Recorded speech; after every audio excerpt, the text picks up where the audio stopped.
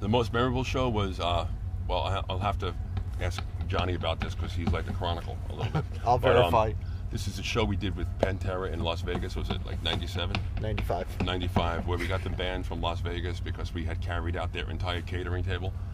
No, that Well, that was the night before. Was that was like in Anaheim? San Jose. Well, I don't know. We maybe. threw out 1,000 rolls of toilet paper. 2,000 rolls. 2,000? 2,000 rolls of toilet paper. Those dudes were knee deep in toilet paper on stage, and like the entire guitar rig went down. It was just feedback. We were just tackling each other for like 40 minutes on stage, and that's basically what the audience got. Like, I remember squeezing a bottle of ketchup in Dimebag's eyes. I remember that, man.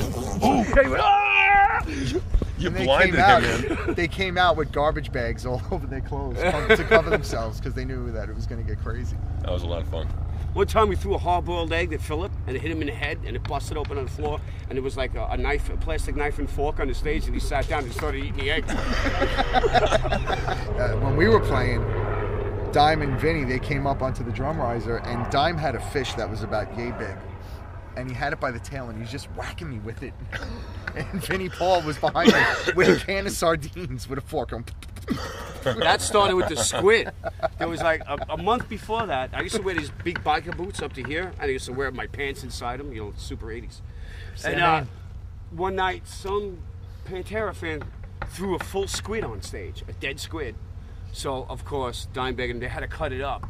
They cut it up, and every night they try to stuff it down my boots, and they throw it at us while we're on stage. And like the techs they were so like freaked out, nauseated. The entire This is like backline week-old smelled like dead squid. for like a month. All right, good old days. That was a fun tour. It was.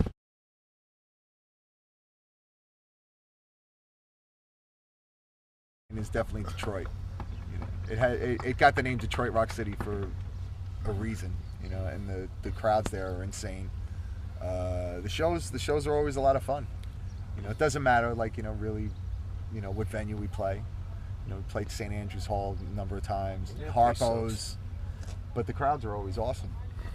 It's just wild, especially going back to the Pantera tour. Remember the guy, you could pop his eyeballs out of his socket? Oh, yeah, that was Detroit. Oh, yeah. That was Detroit. But he's only saying Detroit because that's where his girlfriend's from. So.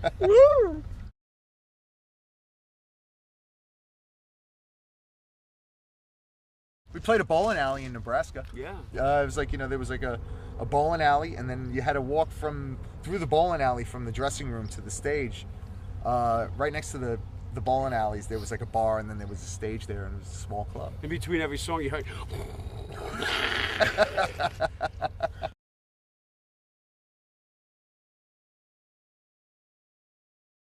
I don't remember, but yeah, the WSOU, it had to be on. I remember after the Black No. 1 video, I think I had come in from going out and I was really drunk, and I put the TV on and there's my face. That was a really scary thing at 3 o'clock in the morning. Yeah. Remember that interview in Long Island? I forget who it was with. It was with Steve Prue. And your ass was about as high as the microphone. And the guy goes, "So what do you think of this album?" And you farted right on cue over the air. The guy was unimpressed. He didn't. He was so embarrassed. He had no sense of Fingers, yeah. Yeah, I remember the first time seeing us on Beavis and Butthead. That I remember. Yeah, it was pretty funny. What'd you think? I thought they were pretty funny. I thought They liked us. That's all I cared about, you know. They were just as Megadeth sarcastic my butt. as we are. So it's like fit, you know. It was great when Butthead, he was like headbanging slow. He was going, oh. They were good for us. He went, oh. They helped make Blood Kisses go gold. They helped.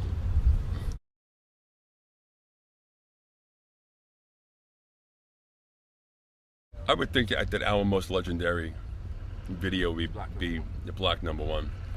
I do like the new video that we just did for Dead Again, which features me as Rasputin, or, you know.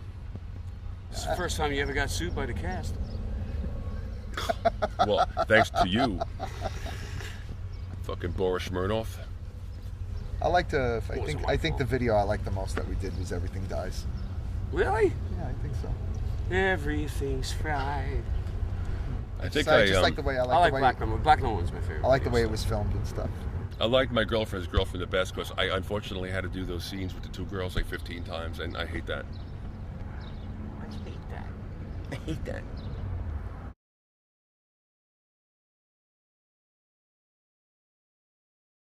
I don't listen to anything new at all. I mean, I actually had to go out and buy the new Typo album because I gave them all away and I could not remember the lyrics, which I still don't. That's my last CD is Our Own. Was Brand New Sin one of the bands that you dug? Brand New Sin was pretty cool. You know, they good were guys. good. They were a good band to tour with. You know, they were a lot of fun. I like Dio. He's pretty new, right? Heaven and Hell, they're new. Who mentioned Hell Yeah? You want to throw that in there? Hell Yeah? I like the new Hell Yeah record a lot. You know, I big fan of Vinnie Paul, and I really like what they did with it. I wasn't quite expecting that when I saw the lineup. Vinnie Paul's a big fan of Johnny's hair. Alcohol and ass. But yeah, I think it's pretty cool. Other than that, I'm really not aware of anything new.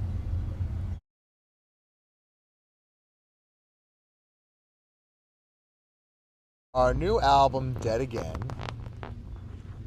actually, we started working on it, I guess, like in the summer of 2005. Right? More or less, About? yeah. Yeah. A long time ago. And we spent a lot of months in the rehearsal studio, like, you know, just jamming on stuff. Sometimes we play the same riff for hours. We'd spend the whole day just working on one riff. There was like a number of personal setbacks in between, but You're like rehab, Specify. prison, Kings County Hospital Psychiatric Unit, G Wood. I think that covers all of our setbacks. We froze our asses off in this little crappy room for 6 months. We were the only band in the whole studio complex to get kicked out for playing too loud because we were right above this Chinese food restaurant. They kicked us out. What was her name? Tina? Tina. She got me. She especially had something for Peter. That big idiot. What? That's that big idiot upstairs. And like this, there was like dust coming down from the ceiling. They kicked us out. We had to move across the street. I was like halfway through the album. And then about April of last year, we started, went to Systems 2, did the basic tracks. That only took a week. A week and a half, something like that, 2 weeks, and then went to Josh's house and finished everything else. For the next 4 months, yeah. That was a few months, but it was a journey.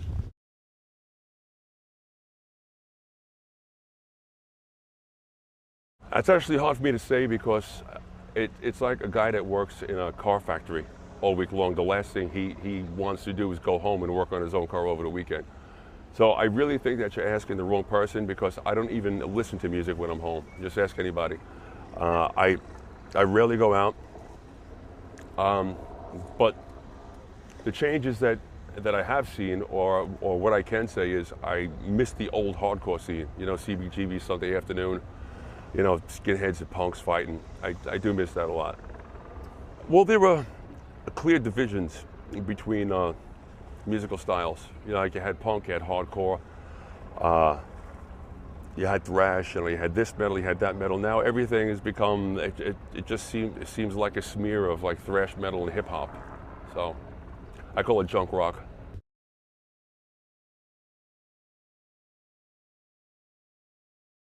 Well, Morrison, John Bonham, Bon Scott, Randy Rhoads, John Entwistle. I mean, there's a great band in Heaven. And speaking of Heaven, I actually wrote this song, Halloween in Heaven, for Dimebag Darrell. And so that song is about old dead rock stars. And I didn't want to mention his name because I didn't want it to appear that Typo Negative or Peter was exploiting Darrell, because he was a very close friend with the band and he was actually one of Kenny's best friends. And you know, like when you don't see somebody for months at a time, it's hard to believe that you're never going to see them again. You know, and it still hasn't sunk in. You know, maybe that's some kind of defense mechanism. You know, because the older I get, the older my friends get, the more people. You know, it seems like I'm I'm going to a funeral like once every 3 months. That's why I'm like always dressed for it, because you never know who's going to drop dead next. I hope it's me.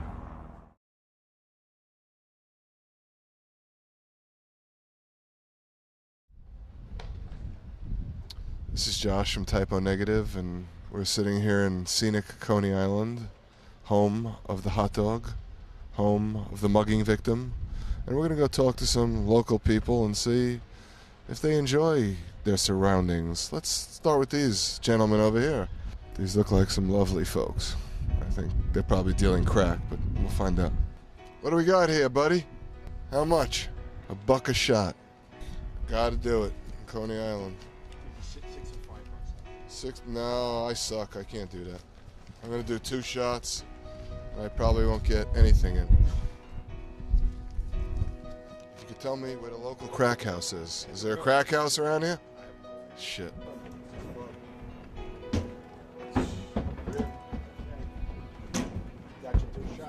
There goes my sporting career. Oh well, there goes my musical career. So, thanks. Well, up here we have the world famous Wonder Wheel. Actually is the largest Ferris wheel in the United States. The only one that can claim they haven't killed anybody in 114 years or something. Been here since, I think 1890 is actually when it was built. And I've lost my lunch on it 1 or 2 times. So, my kid's favorite ride, but I don't bring up my kid in music. It's too dangerous. It's all psychos running around, you know? American flag. I think we should go mug people on the train now. What do you think? I know they treated all the trains with some graffiti-proof substance, which I don't approve of at all, because I think they were much more interesting with the graffiti. And maybe we should interview the police. I get clubbed on film. They'll never club me because we're on film. That's right. They never do that shit on film. How come? Any crimes? Oh, God.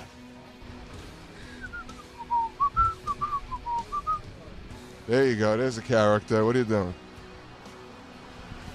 Good God. That was my father.